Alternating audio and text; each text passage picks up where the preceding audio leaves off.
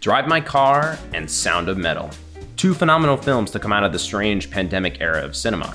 Although incredibly different in narrative, performance, and content, both films convey their central ideas by taking advantage of film's most powerful tool, its trustworthiness in communicating reality. You could have what? What exactly do I mean by this? Cinema doesn't have to encompass reality at all. Every film ever made is essentially a work of fiction. By trustworthiness in communicating reality, I'm referring to a camera's unique ability to trick us into believing and trusting the emotions conveyed in an image simply because it was processed through a machine. This idea is better communicated by the man who came up with it, André Bazin. In his essay, Ontology of the Photographic Image, Bazin states, "This production by automatic means has radically affected our psychology of the image. The objective nature of photography confers on it a quality of credibility absent from all other picture making. In spite of any objections our critical spirit may offer, we are forced to accept as real the existence of the object reproduced." In addition, Bazin also states, "The aesthetic qualities of photography are to be sought in its power to lay bare the realities." Having this ability to immediately overcome an audience's trust and bear the realities is what makes the emotional impact of films hit harder than any other art form. Regardless of a film's fictional quality, the presence of the camera tells us that the emotions of the film are real and gives the film the ability to manipulate our hearts in any way it desires. Now, what does all this have to do with Drive My Car and Sound of Metal? When taking a look at both these films, it is clear the DPs of them, Hidetoshi Shinomiya and Daniel Bouquet, understood exactly what Bazin was saying, and with this knowledge, harnessed photography's superpower to create not only gripping, but beautiful films. Drive My Car is a film released in 2021 about a middle-aged widower who bears the task of directing a multilingual stage play while managing the death of his wife. Although slightly different from the Haruki Murakami short the story is based on, many great things can be said about Drive My Car, one of those most prominent things being its ability to communicate emotion through camera. This is illustrated perfectly in the final theater scene from the film, where our main character Kafuku is essentially hitting his catharsis. Himself and the character he plays in the scene are accepting one of the film's central ideas.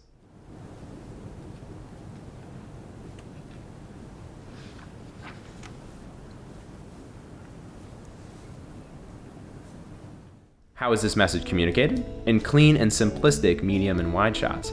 The camera is placed throughout the scene as if it were an audience member or a camera used to record the play. Hidetoshi Shinomiya doesn't approach this scene in the same way, say, the DP from Birdman, Emmanuel Lubezki, would. The comparable scene in that film features a distorted fisheye lens, bright lights that cause flares, and characters doused in blue color, as that film's protagonist, Regan Thomas, reaches an epitome of his own.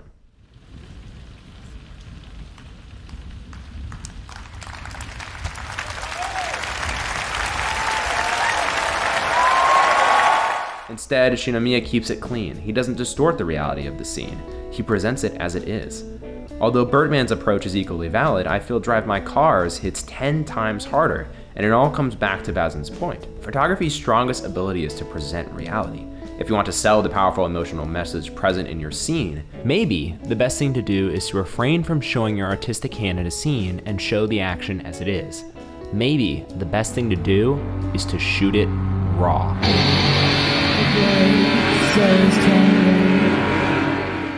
Just like Drive My Car, Sound of Metal, released in 2020, is a story about loss. Ruben is a metal drummer, playing shows with his girlfriend and living out of an Airstream.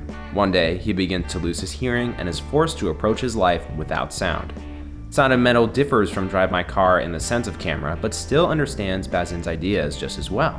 This is perfectly displayed in a scene near the beginning of the film where Ruben loses his hearing.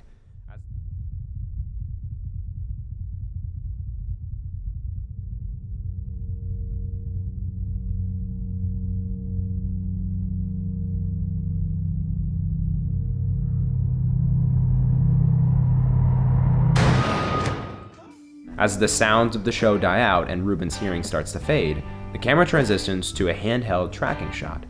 It's far from clean and simple like Drive My Car, but it feels as if we are a member of the audience who has just followed Ruben outside. The audience witnesses the events as if we were there, and the camera itself is a character. By presenting this scene in such a manner, the reality is brought forth and the emotions with them.